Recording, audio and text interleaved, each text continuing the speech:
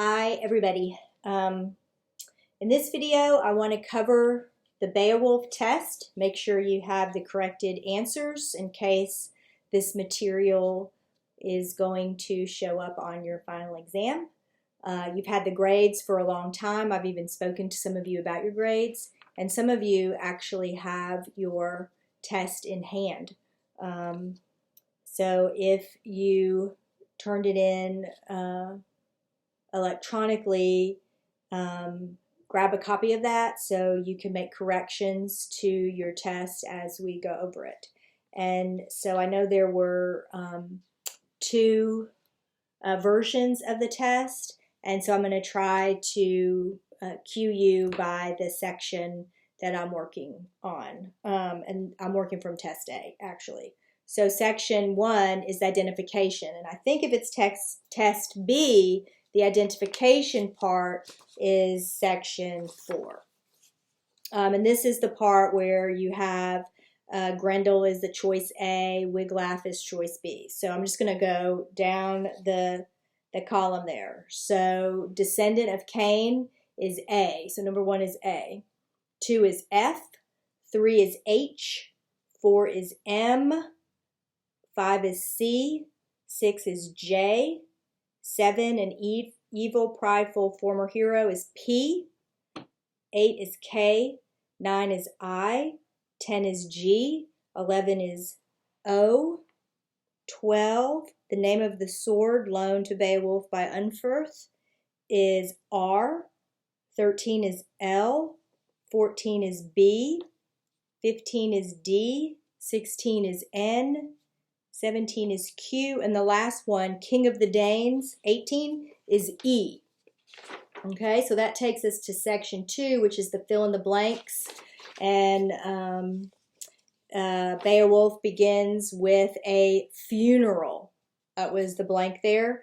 And the next one, the genre or the category Beowulf belongs to, I accepted 2 choices. It's either an epic or a narrative poem. You say epic poem, and it's set in Geatland and Denmark. The term for a short, repeated, descriptive phrase akin to an English epithet is a kinning, and then a repetition of a consonant sound at the beginning of the words located near each other is alliteration. So those are the fill in the blanks there. Now, in test A, it's 22. It might be question 23, but it's the chart there. And this came straight from the, well, all of the tests came from the study guide.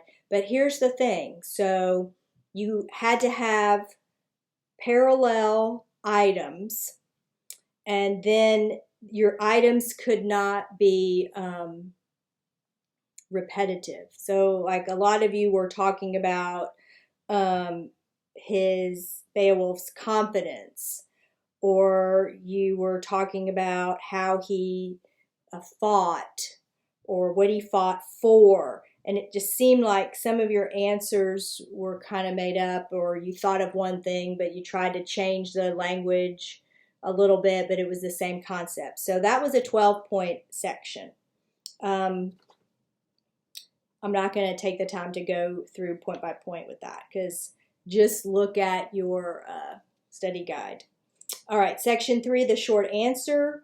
Question about Grendel's origin came from study guide 1, and I was looking for both of these parts. He came from Cain, but also demons, if you remember that from study guide 1, because we talked about the Nephilim potential.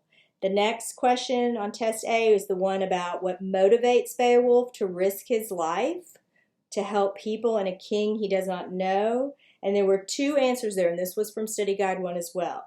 For his own glory, but also he was fighting for the blood price for his father, if you remember that.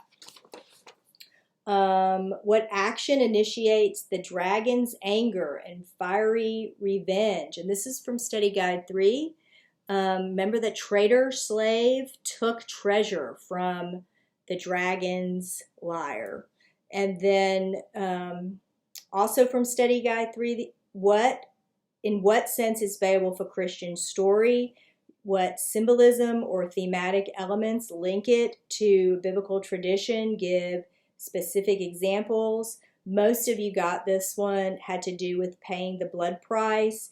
He was a kinsman redeemer. This is where you actually talked about the traitor slave who took the treasure and was parallel to Judas betraying Christ. So most of you got that one.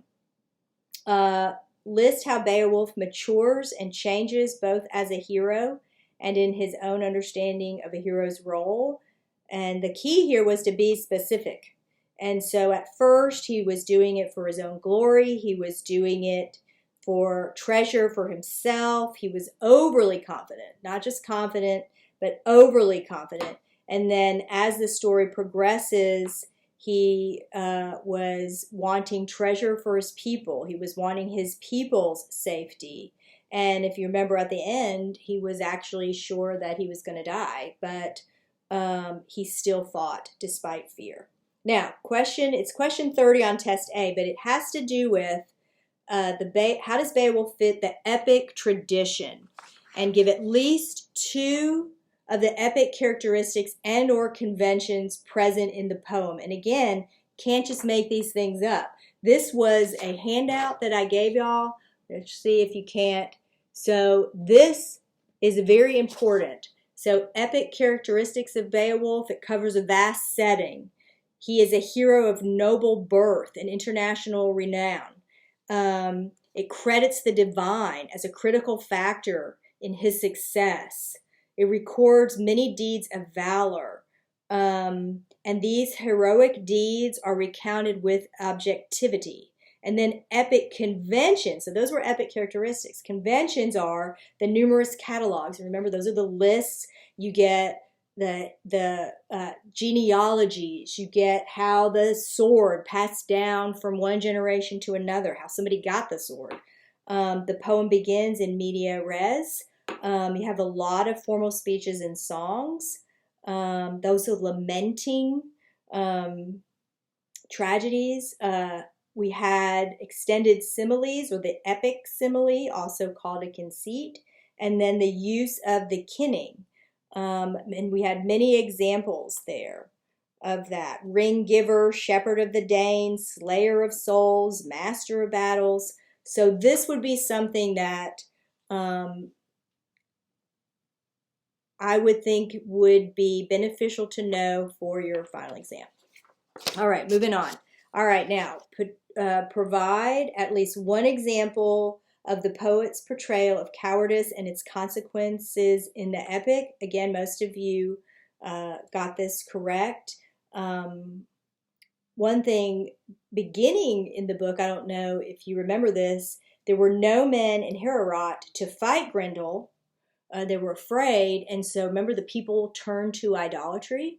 But toward the end, and this is the one that most of you guys put down for the answer, Beowulf's men leave him while he's fighting the dragon, and that actually harms him and actually allows the dragon to kind of overcome him for a time.